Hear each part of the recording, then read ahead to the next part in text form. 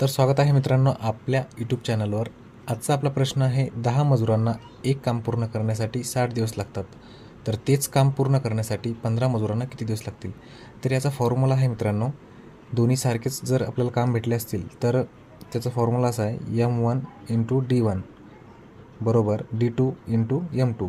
तर आपल्याला M1 भेटलेला आहे 10 मजूर आणि D1 आहे आपला 60 दिवस बरोबर D2 आपल्याला काढायचं आहे आणि आपल्याला मजदूर दिलेले आहे 15.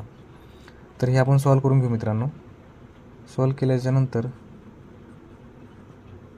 हे 15 गुणिले आहे, इकडे आल्यावर भागिले होतील. D2 जसेच तसा 15 चोक 60 आणि 10 चोक 40.